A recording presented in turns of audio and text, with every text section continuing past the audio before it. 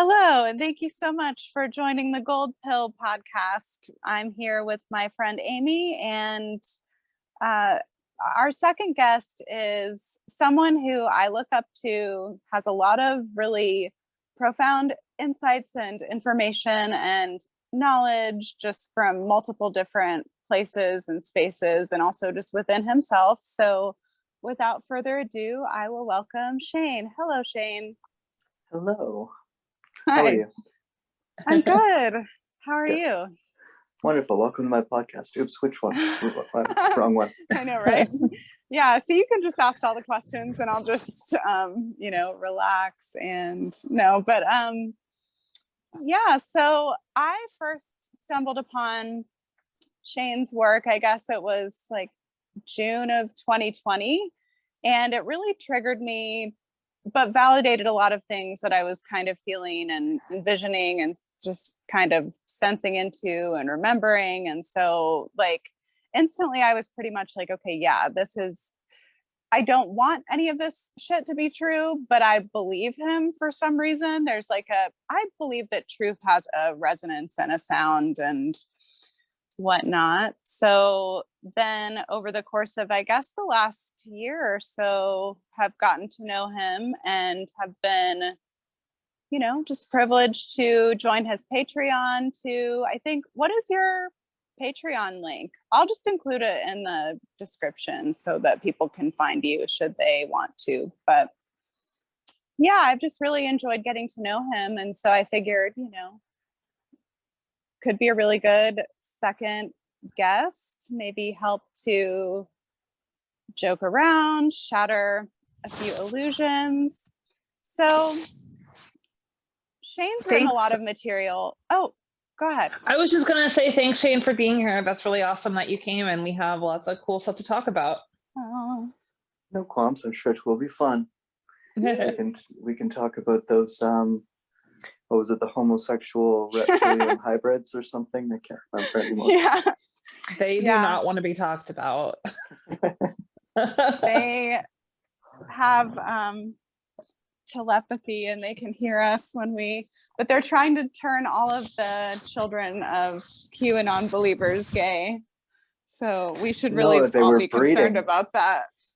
They were breeding with the QAnoners. That's what it was. The homosexual dinosaurs breeding with the QAnoners. I think you guys are getting bad information. I think that no. I don't know. I feel like my information is the capital T truth 100% of the time. Like I got mine straight from Twitter. It's got to be true. Yes.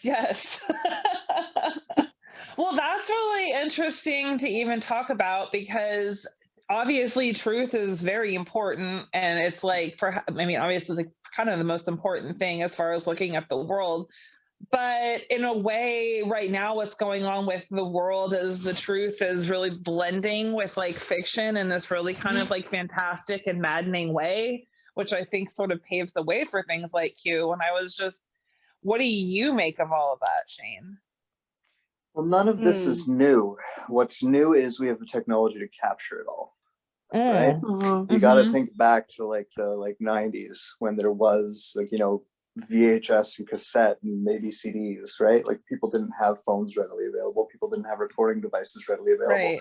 People, like, things would happen on TV and in media and in the news that was like a one and done thing, which obviously led to a lot of mandala effects, but we won't go there. Sorry, what did you say? Did you say mandala effects? What I'm saying is, because we didn't have the internet, we didn't have Google, people were not, at least not as readily available as we do now. I see.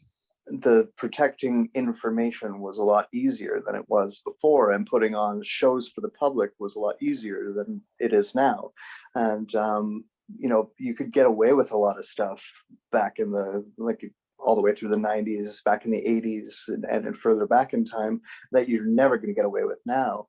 And so it's not even necessarily that any of this is new. It's just, it's always been happening right underneath everyone's face. It's just now we have the recording devices to see it. We have things like YouTube where people can record, some stupid thing Joe Biden said outside the White House and put it on YouTube, and everyone gets to see it, right? Like all these little clips that you see that happen kind of behind the scenes now, people catching politicians out lying on camera and on video, like that's all just normal place now, where in the 90s it wasn't even possible, right? So it's not that anything is new. It's just that we're seeing it now. And, you know, that's been prophesized. There's a million different ways you could look at why that's happening. But, you know, the big adjustment right now is them trying to figure out how to have their little, you know, Epstein fuck islands and pull all that type of stuff off without getting caught. And it's becoming more and more difficult for them. And to follow up with that, how do you think that relates to like the whole like boom in NFTs? Just to go ahead, I'm sorry, just to tell you where I'm coming from with that is because you're bringing up the Epstein thing, and all I can think of when I see all these like new little, you know, areas to make money and stuff, especially when it's like kind of unaccounted for and new, Wild Westy, is that this is a really great way to hide, you know, money. And I know art has like always been a really great way to do that. And that's just like something you have to reconcile if you really like, you know, art and stuff. But yeah, I don't know. The NFT stuff is really interesting. And also it seems to me it's like creating this way of adding monetary, like physical material value to a world that's digital and otherwise valueless. Materially valueless. I don't know. I've said a lot there, but what do you think about how all that kind of plays together? Well, I mean, I think they're two totally, at least in my mind, I look at them as different things. Obviously, please, yeah. When it comes to like money laundering, that's one whole Pandora's box, if you will.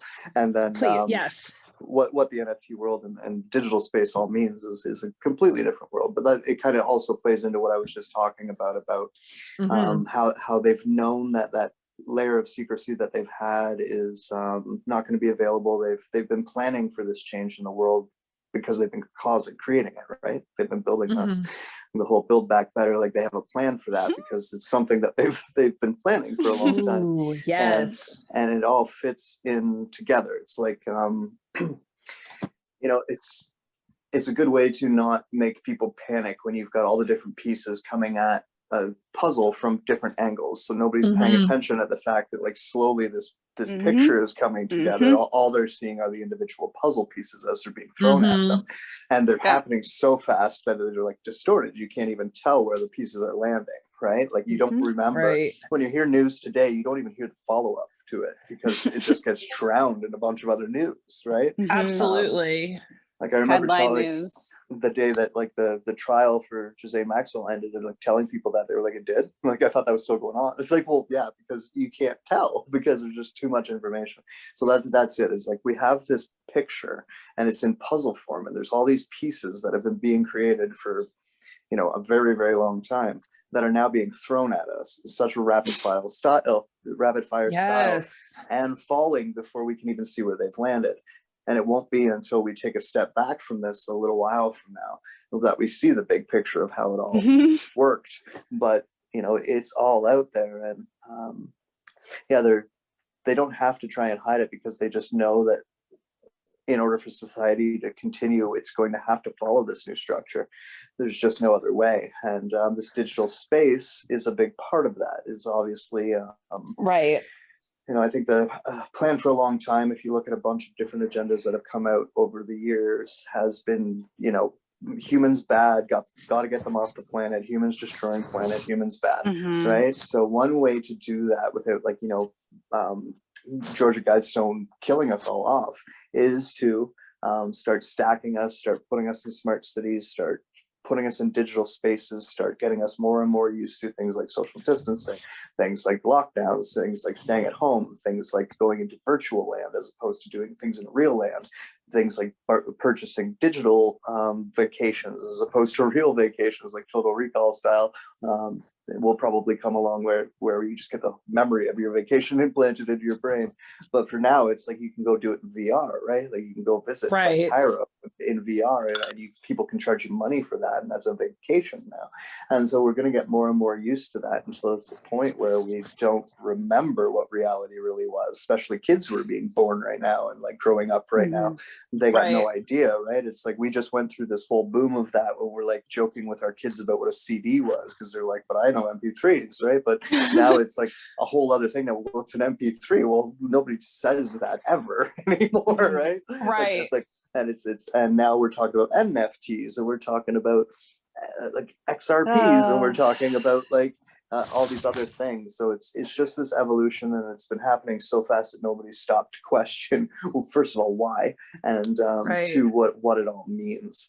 And so yeah, that's kind of where it all leads. And you know, the only kind of correlation I can tie between that and like say what's going on in the like world of the Epsteins and the Jizzstain Maxwells and all that is, well, I wrote this blog about a lot of cults and programs associated with people who put this all together being torn down and dismantled because they're not needed anymore. And I said at that time that what we would see is they would start throwing people under the bus to distract from the bigger picture of what they were doing. So as an example, right now, proof in the result, Jizzstain Maxwell's, all the data, all the information, all the shit that she's responsible and tied up in is all being sealed off from the public while they throw her under the bus, right? And I guarantee you, like 6 months from now, most people are going to be satisfied with that. Right, it's going to be like when they got the official story about 9/11, and oh well, the government says, you know, and that's exactly what's going to go on with all of that pedophilia, all of that sex trafficking, all of that shit that is actually involved in that is not being talked about because now we've thrown this one lady under the bus and everything's good, and hell, they can even hang her in prison at this point and everything will be fine because we've done it before and it worked. So, oh my gosh. That's the only way I can kind of tie it together is that it's all part of this switch into a digital space, which for them means that a lot of their old practices and ways of doing things they just can't do anymore. So they're going to figure out new ways to work around it. So just if I could backtrack, so you mention they, them, and this is, I was gonna maybe do a better, like more proper introduction, but I'm glad we got all the information out on the table right away, straight away. But I was gonna say, like, so Shane wrote a blog, and his nickname in that space, or the nickname associated with the blog, is Ruiner. And I'm just gonna ask, like, if there's anything you told us about the blog, you know, its point, its purpose, but anything else that you want to share about that and who that they are, as best as you can share, in your opinion. Well, in a lot of spaces on the internet, there's this mystery organization that people call the Illuminati. It's like a hidden hand that runs society. Other names for it would be like cabal, globalists, shit like that. I'm sorry, maybe I shouldn't be swearing. I like to swear.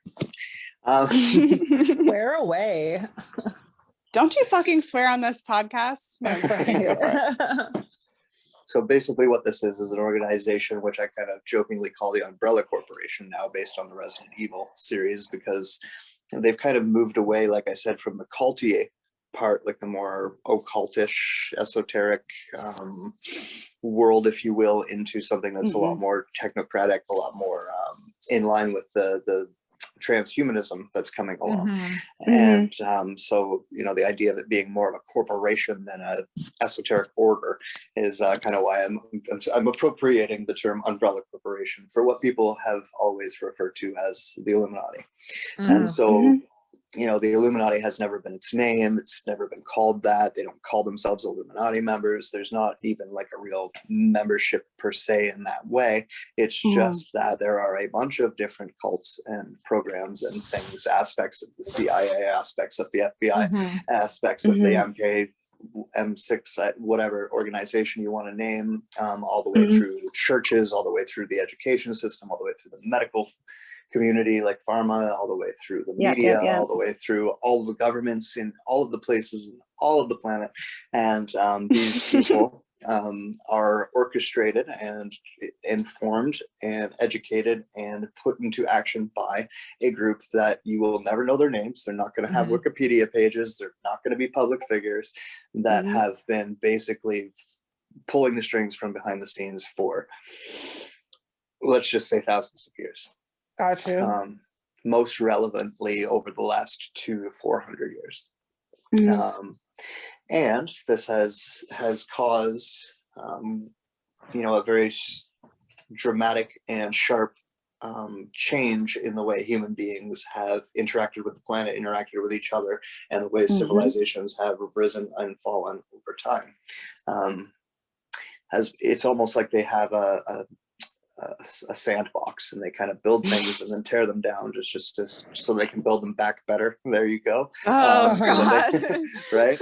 And if you look through history, you'll see that. And you'll actually, if you take the overview of, separate from your mind all of the propaganda that makes you believe that all of these people work independently of each other, and that there is a real beef between, the US and Iran, or there is a real beef between any of these countries, and that it's not all part of a stage show, you will see how it all works quite clearly. It becomes really clear. And if it wasn't clear before 2020, it sure as fuck has become very goddamn clear since 2020. Because we have watched the entire planet work together in lockstep to lock the planet down, jab people with an experimental drug, and and basically change the way the entire world has operated.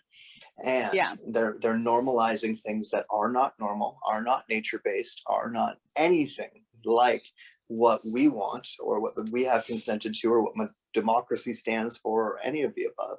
It is all happening all at once globally by people who have this plan. And that's, I use the phrase a lot, proof in the result. And so, if I was talking to you in the mid-2000s about, say the Illuminati and this hidden hand that all works together and is doing all this shit, just like I'm saying right now, it might be a little bit hard for you to believe, but like right now I have living proof. Everybody turn on your news. You'll see exactly what I mean. You'll see that all the news broadcasts are reading off a script, the same script. And you will see that all of the countries are running off a script, the same script. And that cannot be happening unless there is a part of a pyramid just above all of those governments and all of those countries and everything you think you know about your world that is making that happen. Right. What do you make of the Build Back Better not passing in the United States? I'm curious. I can't wait to hear figure this. it out. They'll figure it out. That's how I feel about it, but it is. That was a test shot. That was way too much all at once. They put everything all right.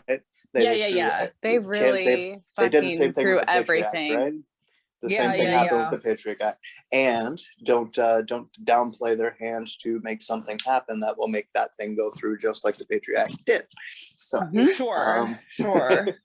Yeah, it's only a matter of. I was thinking that they would. Sorry, I was thinking that they were gonna break it up and then pass it like discreetly, like in the middle of the night, in these tiny pieces, and in a way too that's like incremental. Like that is. I mean, I didn't read it like because it was like 2,000 fucking pages. Okay, nobody who voted on it read it, right. Well, and I was gonna bring that up too. Sorry to cut you off, but the fact that it was 2,000 pages and nobody read it is a lot of what the downvote is about, because everyone just looked at that and like that's just a stupid play on behalf of someone to go like, guys, sign off on this. Like, no, we can't even read that, right? But this is what I'm saying is in a way, so they've already programmed us with the phrase. So in a subconscious way, like that's going to be with us anyway. It's like hypnotic suggestion. Exactly. And so now all they're going to do is much like, I think Joe Rogan just posted it today, the clip of Jordan Peterson talking about how tyrannical governments get their way. That's exactly what they just did. They pushed really fucking hard and they made everybody take about 20 steps back. And then they realized that there was protest. So they stopped pushing, but they've already pushed the public 20 steps back. Right. Right. And so now they could just wait till we calm down, wait till we forget about it, and they'll push a little bit of that just to push us a little bit more, see when we protest, and then back off. And every time they take that step, there will be new pages coming out of that 2,000 pages inserted into it. And then by the end of it, we will be back up to that 2,000 pages, and we will have backed off of the cliff. Yeah. And it's also just like, they could just decree it, you know, like it's like, that's where we're at with it too. And I mean, I totally think what you just said is the absolute way it's going to roll out. But it's like, at this point, like, people accept almost anything that they used to not accept. Not everyone, but a lot of people are just willing. I don't know. It's kind of crazy to see what's going on.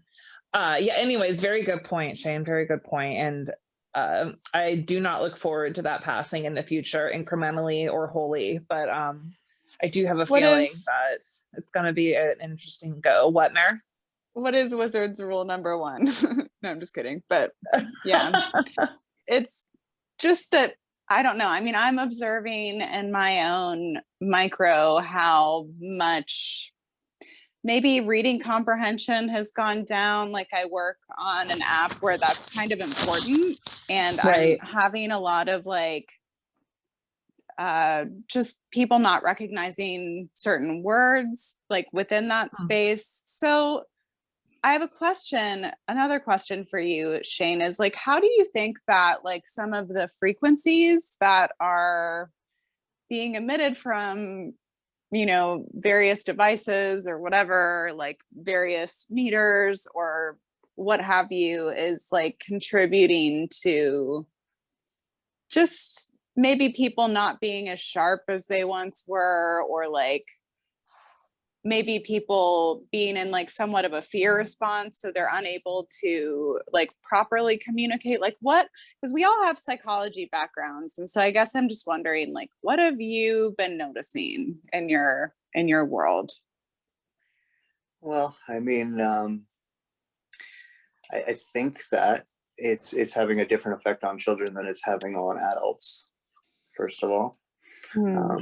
But just kind of to address the whole of the situation, I mean, everything is frequency, right? So if you're going to start changing frequencies around people, it's going to have an effect. And if you just want to like get into some patents in the military for sound weapons and frequency weapons and all of the different things that they've experimented over the years, I mean, that stuff's all publicly available. It's quite clear that, like, you know, first of all, they have the technology, and secondly, they've thought a lot about it, right? Because they've developed all the technology. And if you think that if someone has that powerful of a tool and doesn't use it, you're probably kidding yourself. And that can be used for many different things. There's a few things that, you know, that play into that. I mean, obviously there's been fuckery with the education system for hundreds of years now. They've been slowly making it worse and worse and less effective, or at least less to our benefit, more to their benefit in terms of getting us to regurgitate and follow orders and stay in line, as opposed to actually free thinking and being creative. And so, yeah, when it starts coming into, you know, how these frequencies are affecting people, I think that in the older generations, because it's kind of newer for them, they're not adjusting as fast as, say, like a child would. Obviously, children's cells are turning over at a much higher rate, so they would be more likely to adapt to any type of environmental change than someone who is, you know, in their late 30s to and beyond. So I think that it's having a more drastic effect on people in their late 30s and beyond. The problem with that being the people in the late 30s and beyond and are a lot of positions of authority and you know, have the money and various kind of things carry like the that. society. Exactly, right? It's not the kids who do that. Yeah. So unfortunately for right now, that's going to lead to a lot of stupidity and a lot of instability and a lot of nonsense. I do have hope that, you know, the kids who are growing up through this are eventually going to balance it out.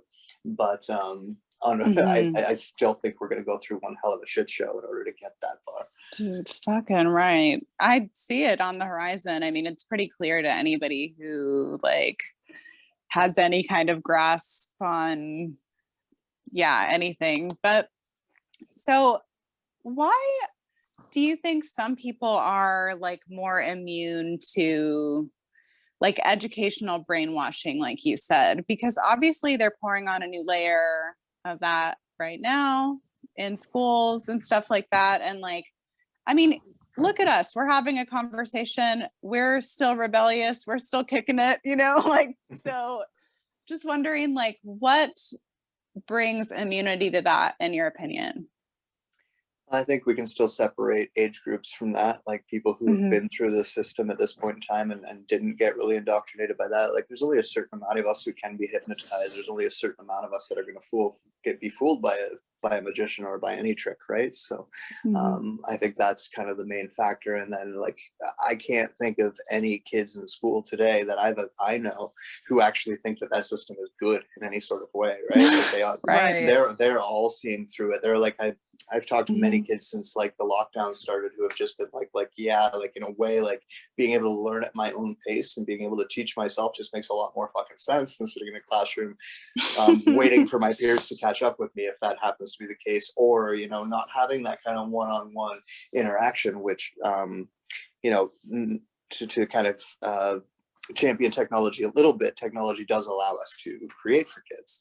Right? Like we could really use technology and mix it with education in a way that would like really you know, give a shot of steroids to our education system, but we're not there yet. And I think that right now it is again that transitional time where like the education system isn't adequate in any sort of way, right? And it's and that is a problem too, because a lot of the parents also on the other side of society, a lot of the parents don't have time to be there to teach the kids things, and kids don't have role models that are good, and they're just really spending all their time on YouTube and Twitch and TikTok and shit like that, right? So true. they're not learning in a way, excuse me, that is, you know, keeping morals and values in mind while educating. Yeah, all of what you just said, I can't help but like sometimes just sit and like stir on, I don't know, just like the implications that like the lack of the socialization in certain places, because I know you go to Florida, Texas, like those kids are all looking at each other and like just like going crazy, like, you know, having big birthday parties probably, but maybe in somewhere like where you live, it's not necessarily like that, you know? So I just can't help but think of like socialization is just so important, I think, for just people, because it's in like our human nature to connect and like to seek to, you know. It's interesting because on the news they're starting to talk about how the masks and all this stuff is having an effect on the children, which obviously many of us have been talking about for years, but it's just interesting to see the new takes that the news has, that the people are going to start having. But instead of the people believing it, they're definitely starting to question what why it's authority, or they're starting to really wonder if it's arbitrary. They're starting to see how arbitrary it is, which is really interesting. What pillar do you think is the first one to, well, there's many pillars already starting to crumble, but which one do you think is going to crumble first, like pillars of society, Shane? I don't really know. Like, I think that, well, I think that they're starting to, as something that you just playing off of something you just said, almost like, I don't want to say like lose the narrative here, but they are kind of at a stall. I don't think the newest version, newest flavor of the joy has really has really kicked off the way that they wanted to, and you can see that they're kind of looking for something else. And yeah, the way that I know, you know, them is that if they can't find something else, they'll create something else. Right. So that's kind of the thing that, like, I think before, you know, I think we have more stages to see before we actually see, you know, even a pillar give, and I don't know what the first one will be yet because of that. What I did think of there while you were speaking was, I mean, yeah, like there's 2 places in North America you can go right now where you're free to do stuff. You know what I mean? Like that's Texas and Florida. and Right. everybody's mass migrating there now. Yeah. And so you gotta think, if you're on the side that isn't Texas and Florida, and you want everywhere to be like Texas and Florida, then you're going to give them some time to all move to Texas and Florida, right? You're going to allow that migration to happen because, like, you know, just think about it from a war strategy point of view. You're going to let them gather all their troops in those two areas, right? You're going to let them do that. You're going to be sitting back going, yeah, go ahead. Come on. Yeah. Everybody. Definitely. And so I don't see a lot of protection in that. I don't like to be, you know, I'm a hopeful person. I've been really happy to see the way that people are starting to finally push back a little bit. You know, like seeing things like what Joe Rogan has done over the last month, the people he's been bringing on. He's got laser focus on this, and I think we needed him to do that. You know, like say what you want about the guy, but like we needed him to do that. So I think that that's all a very good sign. My worry, and I might be like overly paranoid about this than the average person, is just that I understand their idea of use of force and how use of force works to begin with, and it also ties into what Jordan Peterson said about pushing a little bit, waiting for the protest. I think that if the protest gets a little bit too rowdy, they might push really hard. Yeah. I feel like that's almost kind of what so much of the encouraged quote unquote disobedience was about, like, you know, a couple summers ago, was just allowing people to really try to wild out, and then eventually getting people to wild out so much that force is necessary. And I think that's kind of always the way that it pans out, because as we're seeing now, all these places that got rid of the cops are now coming back with bigger budgets for the police and more force. And of course, there's all sorts of crime that has gone up in those places too, due to the fact that, like, you know, it's an open season on these places with no police. Anyways, that's neither here nor there. But it's like, oh, go ahead. Sorry, girl.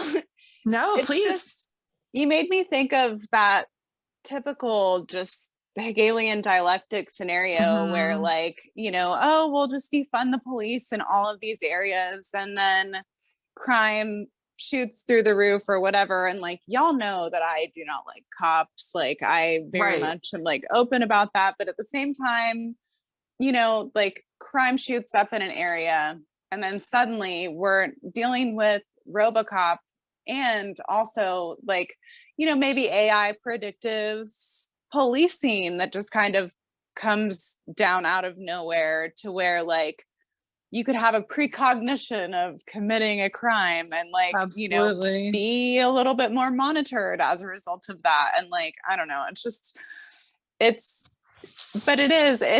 seems like, you know, just based on like my understanding, which isn't very much, to be honest, like, I can tell that, like, the corona thing is failing, and, you know, now they might push the weather button. I'm like, that's what I think is coming. Yeah. I don't know. I think the weather button's pushed, right? Like, it's flooding in California. It's Colorado is on fire.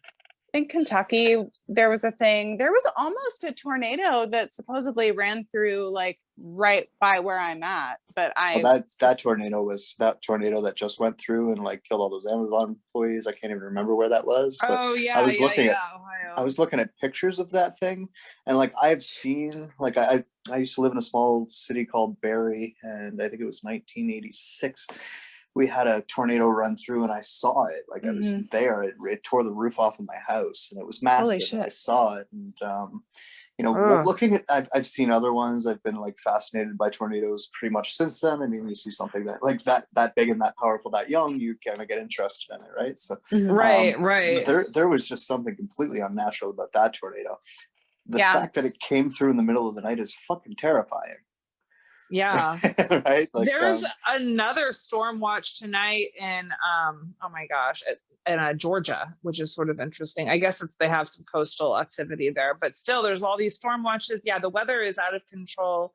there was just record storms in Nevada and California mountains, which is really crazy. We had, which is good for water, I guess, but it was, record seasons.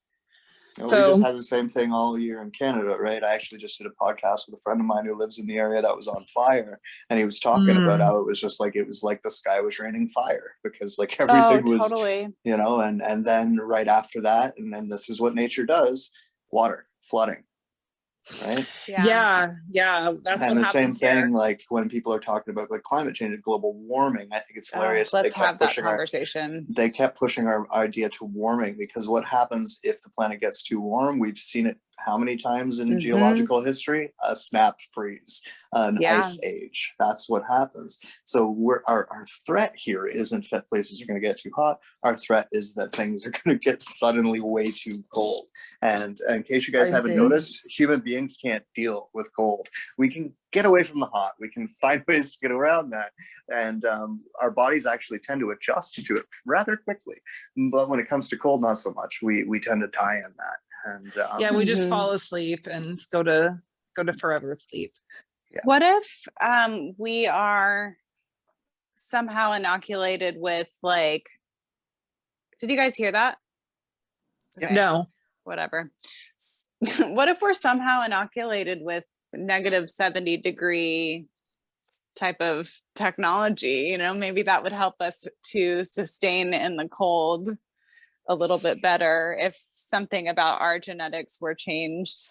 Just that's why on the sixth day the angels reached down and gave us Wim Hof. We got ourselves Wim Hof, who taught us that ass man breathing method so that we could survive in the ice age. Wim Hof is Jesus's brother. Oh, okay. Oh my gosh. Is he from the Hidden Arcana or whatever? The lesser known. Oh my gosh, that's funny. That was something I've never heard Cotton speak the truth like that. Cotton usually lies and talks about Donald Trump, but today I love that. He was actually talking about the truth. Speaking the gospel of Wim Hof. Love that.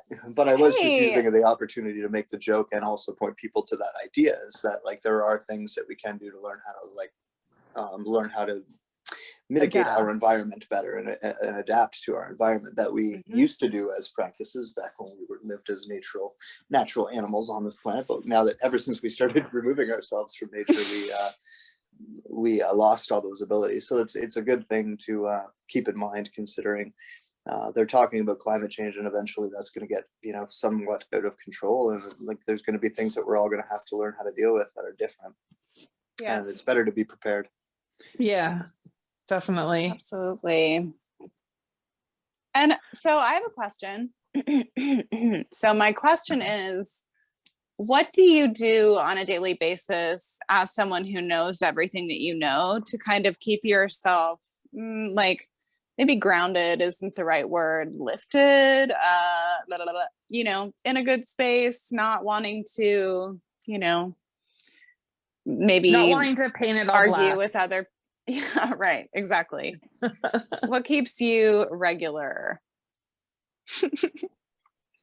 Just kind of being like, I don't know, I'm very self-aware of like, those things creeping up. I'm not perfect, obviously. Like I have bad days like everybody else, but I don't know, there's little practices that I do, like always making sure that I find something that I see beauty in, even if I have to go looking for it, I make sure I do that. And, I have this like kind of practice whenever I go out every day. I'll try and find the sun and do my little, what I do specifically is I'll close my eyes, point my face towards it, kind of like looking at it through my eyelids, breathe in and then breathe out and say thank you, and then open my eyes, continue doing that. I try to do that every day. I try to hug a tree every day, or at least touch a tree every day. It's good. And then just doing something kind of for myself, like being able to take even like half an hour just to like wander in my own thoughts or something like that, I think is really important. I try to tell people that, we can't really help others if we're not helping ourselves. So it always kind of starts with us. So if we are going to let ourselves get all out of balance, then we're, and our goal is to try and help others, then we're going to fuck up our goal. So, it's got to kind of start with you. Because when you don't, you get fucked up. Oh my gosh, I have learned that lesson in so many different possible ways and so many different situations. Like I remember the first time I was maybe like 20 something, 21, 22, and I was like working with veterans that were like identified themselves as traumatized. I was working with autistic kids, and then I was working as a barista, and I was in school. I was doing the most, and like suddenly I could not like move my neck at all, you know, and maybe there were like warning signs of like, hey, like your empath receptors are like really like taking in a lot of information and you should slow the fuck down. But I just didn't until I couldn't. And it's like we're kind of trained maybe in this society to ignore some of those subtle, you know, like subtle cues that our body sends to us, or that our maybe even our environment sends to us. You know, I think a lot of people totally don't, they blow past a lot of that. We just went through several generations of shut up, toughen up, you know, suck it up, you know, that kind of attitude, right? So this is the kind of first generation. Well, we're starting to see the first few generations of that not having that become adults now. So it's, I think, a little bit different because it's part of like our well-being that we've kind of had beaten out of us almost for pretty much since the start of like the First World War. Moving forward in society, like everyone's kind of had that attitude, kind of by necessity, I guess, in a lot of ways. But now that we've kind of stabilized our fight for survival as society, I think that we're kind of rediscovering the fact that we've been ignoring all of those things for several generations, and we don't know how to deal with them right now because we've forgotten, right? And a lot of that information has been lost over time. You know, we weren't listening to great grandma when she was telling us what to do when we were, you know, 6, 7, 8 years old, and nobody was writing shit down. So we lost it when we lost great grandma. Right. Yeah, there's so much of our culture that is it's obviously a consumer driven culture, and then that means you have to work really hard, and like you said, it was by necessity. But for instance, this weekend or this last Christmas, there was this big storm in Tahoe, and we decided to not go because we were afraid that we were going to get stuck in the snow. And I had relatives that decided to go, and it's like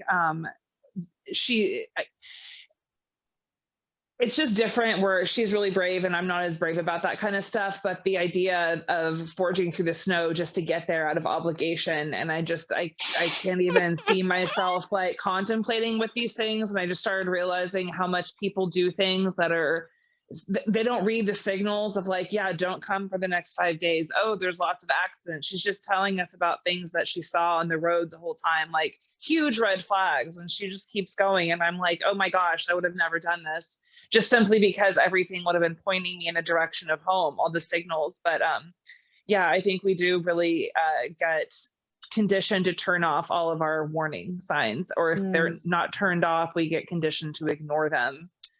Yeah, it's crazy. Obligation is a poison, I think. I mean, just in my universe, I think when somebody makes me feel obligated or like duty bound to do something, I just want to like, no, thank you. You know, and not to say that I don't want to show up for people if they're having whatever challenges they're having, but it's just a lot of this culture runs on obligation. And if a lot more people did what the fuck they wanted to do instead of like trying to own up to somebody else's obligations, we would be in a different space, perhaps, maybe. Well, the thing is I don't want to go there out of obligation. So when I go there, it's going to be because I want to go there, and not because there was some like time thing that made me get there. It wasn't some holiday. And that's why, maybe because I kind of run my life like that, and it's not really out of obligation, that it's easier to turn off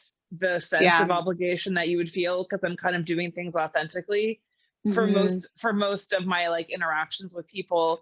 But you know, not everyone has the time to really like operate in that space. So I understand that, but gosh, we really do just turn off the alarm bells when it comes to that, I think. We've been taught not to have personal boundaries, right? we've been slowly taught not to do that, and to get used to more and more having those boundaries violated. That brings us a lot into today with like, take it or else, right? Right. Oh God. Yeah. And you handled that situation, by the way. I'm gonna like, totally put you on blast. Like a boss. And I just really appreciated that, to see that in action. And if you want to share about that situation, about your experience with your former employment, but you don't have to, just, that I would like to hear that, or just think that maybe people, could relate to it or benefit from hearing about it. Well, yeah, I mean, it was a long-term care facility, and I could be of two minds about it, because I do agree with trying to protect those people. I don't necessarily believe that the vaccine is the way to do that, but I can understand the mindset behind that enough. Yeah. So, but Sure. the bottom line is people who've already had the virus when they were working through this before there was a vaccine don't need the vaccine, and therefore shouldn't be forced to get the vaccine. And so it basically came down to that, where Right. they didn't care if you had it or not. You still had to, you had to get the vaccine in order to continue working there. Yeah. Which is, especially with the data that we have now, absolutely ridiculous, because Sure. I have way more protection than anybody there. And the only thing that would have occurred if I had continued to work there is I would have personally built up more protection. You know what I Right. mean? Right. Right. Can't have I that. hear you. Yeah. Well, most certainly not. I also saw them, like, at first they stopped testing, and I do think that they stopped testing for a couple different reasons. But they stopped testing people who had actually been vaccinated at first too, which is absolutely ridiculous, especially in hindsight, right? And at the time where I had to make my choice, that's what the policy still was because I was unvaccinated. I would have to do rapid testing every day and a PCR test every week, and the people who were vaccinated didn't have to do testing. So because they're totally not spreading it, right? According to the TV. Yeah. So that was the situation. Was they basically said, you get it by this date or else you can't work, and I just said, well, I can't take it, so I'm not. Guess I can't work. And that's it. Yeah. And to be honest, like, my direct employers, like the people that I work for, they were very kind to me. They were, trying to be accommodating, insofar as they could. It was just the place is actually owned by, I won't name them, but like a pretty big organization here in Canada. Well, not pretty big organization worldwide, actually. Sure. And they have a policy that everyone had to take it, and so that was that.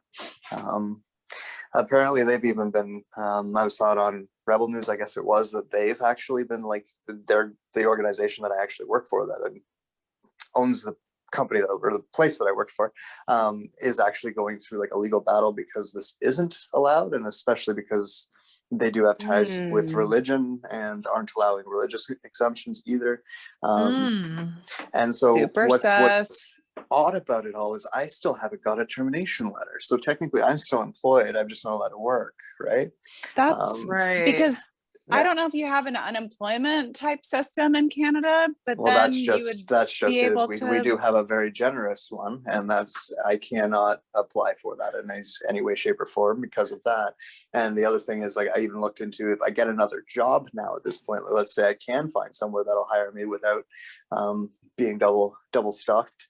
I have to work for them for like 6 months before I could collect unemployment. So even if we went into and we keep going into lockdown, right? Like, things keep locking down, they keep changing the restrictions and everything. So literally they had done that where they all the vaccine mandates in Canada had started rolling out right as they changed the EI system in Canada to make it so that you couldn't get it if you're unvaccinated.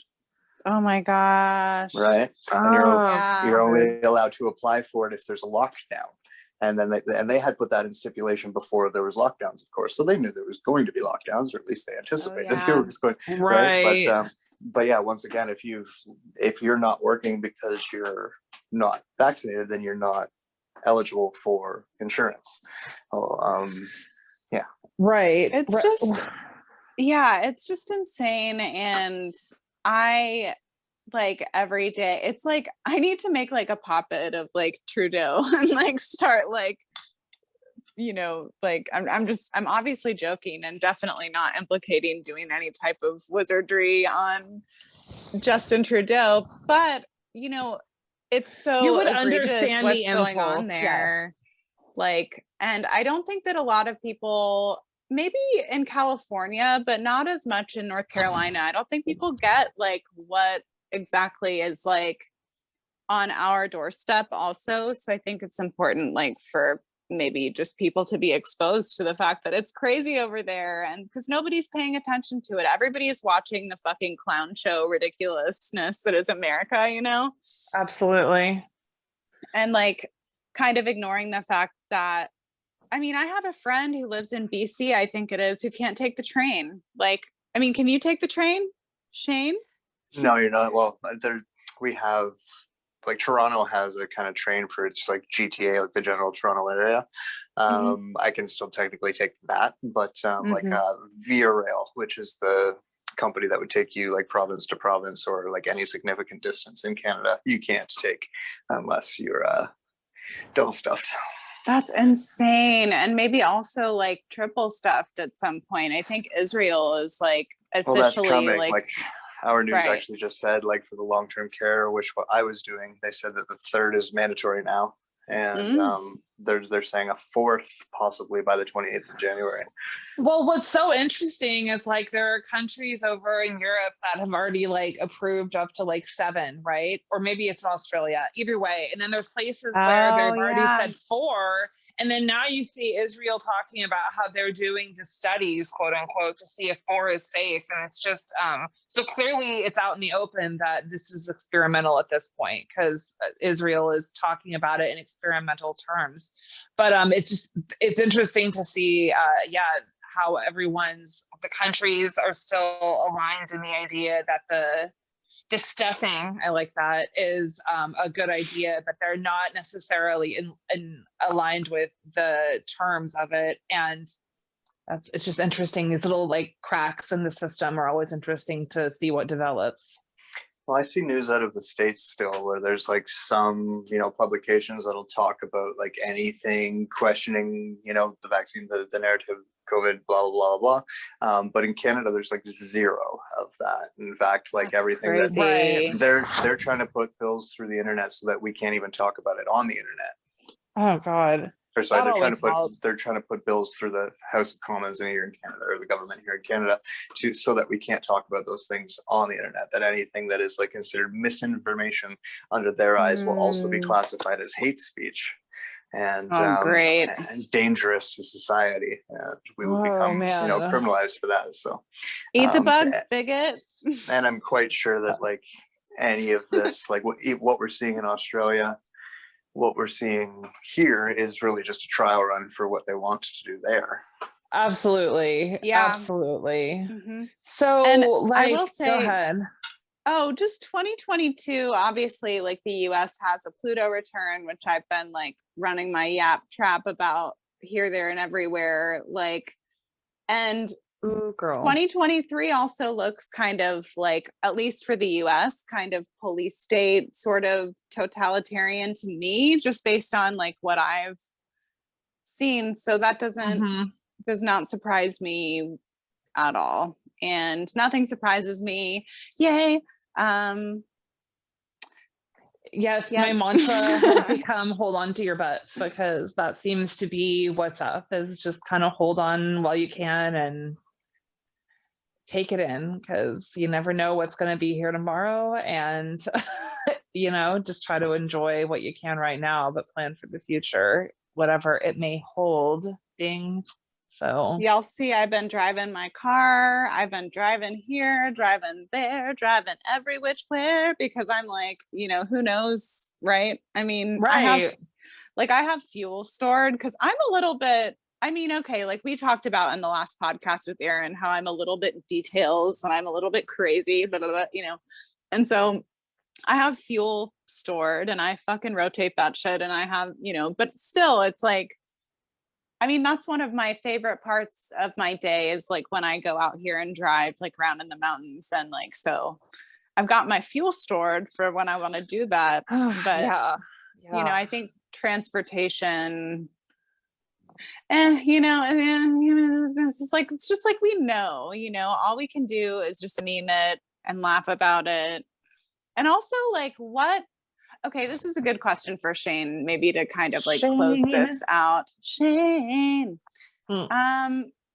what kind of control or power do we have over like the outcomes of this? Like, because the way I kind of look at it is more like game theory. Like if there is a they, then they or the AI system or whatever is playing game theory, you know? So that's all I can kind of surmise. But what do you think our power is in this? Well, I mean, to be honest, I don't know that it would even work, but I would still suggest, you know, I think that none of us should be willing to take a step back at this point, you know, like, don't cave to any of it. Don't, you know, give in to any of it. Keep speaking out loud. Don't get, you know, discouraged by the fact that not enough people are listening. Just keep saying it, because you're kind of, you know, it's the truth, and the truth needs to be louder than the fiction at this point. And you know, if we want to, you know, it's one of those situations where like I might not win, but at least I tried. Yeah. You know, and I'm cool with that. Like I'm going to keep fighting even if I can't win this fight, because I think that we deserve it. So yeah, I agree. That's a beautiful thing to say, that we deserve it. And I agree with you on that. And absolutely. Yeah. So, well, thank you so much for spending however long it was chatting with us on, gosh, like a whole fuck ton of different types of things. I strongly recommend Shane for private sessions. I'll put all of his information in the description. He's a very gifted counselor, teacher, and he does individualized classes as well.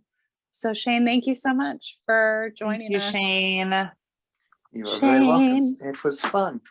We definitely was not like the joke meme fest that I anticipated it would be. We kind of got down into the I know, right? Even when Cotton did show up.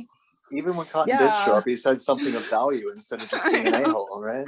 What the fuck? What's up with that, Cotton? Yeah, we were relying on you to be an asshole. Yes.